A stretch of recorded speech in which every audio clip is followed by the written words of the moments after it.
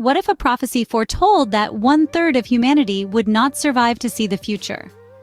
It's a chilling thought, isn't it? Just imagine a prediction woven into the fabric of our history, whispering of a future where a significant portion of our species simply vanishes. Such a prophecy does exist, buried in the annals of ancient texts and religious scriptures, casting a long shadow over our collective destiny. This prophecy, steeped in mystery and shrouded in the mists of time, foretells the demise of not just a few, but an entire third of the human race. But where does this prophecy come from? Its roots dig deep into the fertile soil of human belief systems, tracing back to a time when prophecies were seen as divine messages, a glimpse into the cosmic plan. They were the conduits through which gods communicated their will, and humanity listened, awestruck and fearful. The origins of this prophecy are often linked to religious texts, ancient predictions, and visionary revelations.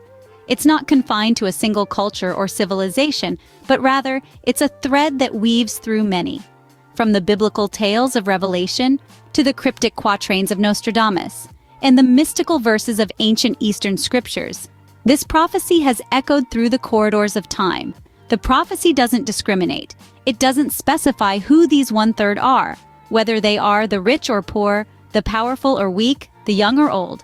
It's a universal prophecy, a prediction that spans across borders and boundaries, cultures and civilizations, touching every corner of our world.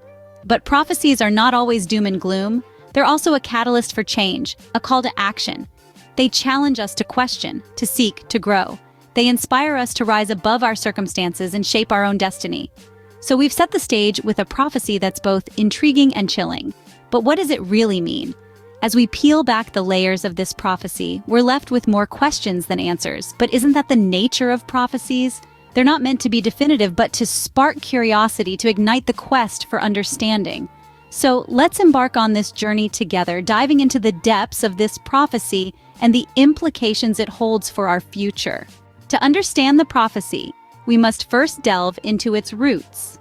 The prophecy that predicts 1/3 of humanity will meet their end has its origins steeped in ancient texts and religious beliefs. So let's put on our historian hats and take a journey back in time. Our first stop is the ancient civilization of Mesopotamia, where the earliest recorded prophecies were written on clay tablets. Here we find the Epic of Gilgamesh, a story that speaks of a great flood wiping out all of humanity, barring a select few. This tale echoes the prophecy we're discussing today, predicting a significant loss of life on a global scale. From Mesopotamia, we move to the biblical lands of the Old Testament. In the book of Revelation, it is written that 1/3 of mankind will be killed by plagues of fire, smoke, and sulfur. This apocalyptic vision has been interpreted and reinterpreted over the centuries, but the core concept remains the same. A significant portion of humanity will not survive. Not to be left out, Eastern philosophies also contain similar prophecies. The Hindu scriptures, for instance, talk about the Kali Yuga, a period of strife and discord where moral decay leads to widespread destruction. These prophecies were born in different times and places, each shaped by the historical context of their creation. The fears, hopes, and uncertainties of the people were reflected in these prophecies. They served as warnings, moral guides, and even as a means to instill order and obedience among the populace. In the case of the prophecy foretelling the death of 1/3 of humanity, it's important to remember the context in which it was made. These were times when war, disease, and natural disasters were part and parcel of life. The idea of a catastrophe wiping out a large portion of mankind was not far-fetched, but a grim reality that they lived with. Now that we know where the prophecy comes from, we must ask ourselves, what does it actually mean? Does it speak of a literal end, or is it a metaphor for a transformative period for humanity? As we delve deeper into this prophecy, we will explore these questions and more. Interpreting prophecies is not a straightforward task. It requires understanding the nuances of language and symbolism. Weaving through the labyrinth of interpretations for this prophecy, we find a rich tapestry of perspectives. Some see the prophecy in its most literal sense, a cataclysmic event leading to the physical demise of 1/3 of the world's population. Images of war, famine, disease, or natural disasters often accompany these interpretations, painting a bleak picture of our future. However, prophecies are not always literal. and many scholars propose more symbolic interpretations. In this light, the death of a third of humanity could signify a profound transformation or change. This could be a spiritual awakening, a shift in consciousness, or a societal restructuring. In essence, the death may not be physical but metaphorical, indicating the end of old ways and the birth of new ones. Others suggest that the prophecy might be referring to a specific subset of humanity. Perhaps it is a third of the population that holds particular beliefs, attitudes, or behaviors that will undergo this predicted change. This interpretation opens up a whole new realm of possibilities. Another intriguing interpretation relates to the idea of self-destruction. Could the prophecy be predicting humanity's own role in its downfall? This perspective could be a sobering reminder of our responsibility towards our planet and each other. Some interpretations even venture into the realm of science, proposing that the prophecy could be pointing towards a genetic shift or evolution in a third of humanity. Could we be on the verge of a new stage in human evolution?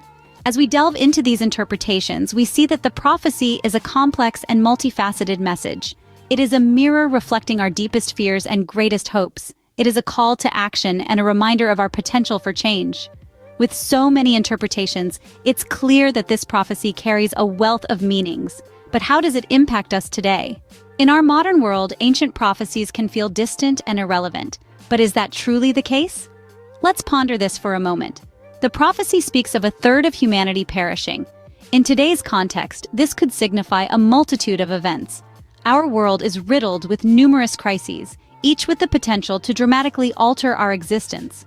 Consider the wars that have scarred not only our history, but continue to plague our present. The countless lives lost, the devastation wrought, the societies upended, all could be seen as a fulfillment of this prophecy. Each conflict, each act of violence bringing us one step closer to the prophecy's grim prediction.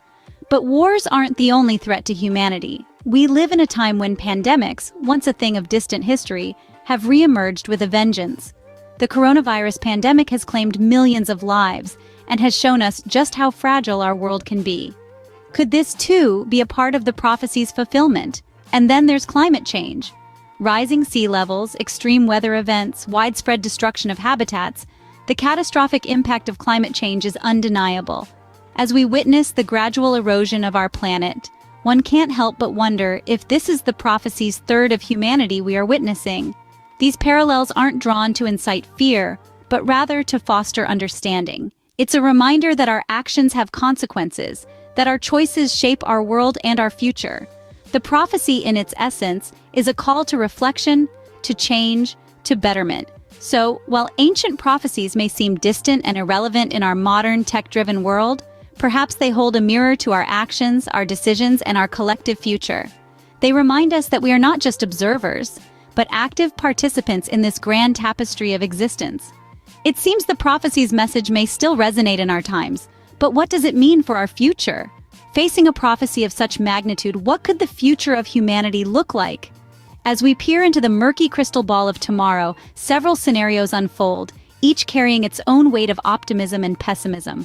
One potential future, the optimistic view, sees humanity learning from this prophecy, whether it comes to fruition or not. In this vision, we don't shrink away in fear, but stand tall, using this prophecy as a catalyst for change. We unite, pooling our resources, knowledge, and compassion to build a world where threats to a third of our population are mitigated. We invest in scientific research, education, healthcare, and sustainable living, creating a resilient society that is prepared for whatever comes our way. This is a future where humanity's survival instinct is not just about self-preservation, but about preserving all of us, our global family. On the flip side, there's the pessimistic view, where the prophecy fuels fear, division, and chaos. Here, humanity is paralyzed by the scale of the predicted catastrophe, leading to social unrest and conflict. Resources become scarce as every nation, every community, every individual fights for survival. The focus shifts from collective well-being to individual survival, fragmenting society and straining the bonds that hold us together. But between these two extremes, there's a sea of possibilities, shaped by our actions and choices. The prophecy, as ominous as it may sound, is not a predetermined fate, but a warning, a call to action. It's a reminder that our future is not set in stone, that we hold the power to shape our destiny. Our reaction to this prophecy, whether it's unity or division, optimism or fear, will steer the course of our future. It's an invitation for us to reflect, to question, to innovate, to connect, and most importantly, to act. Whether the prophecy comes to pass or not, one thing is certain: our future lies in our own hands. So let's take up the challenge, brave the storm, and shape a future that is worth living for all of us.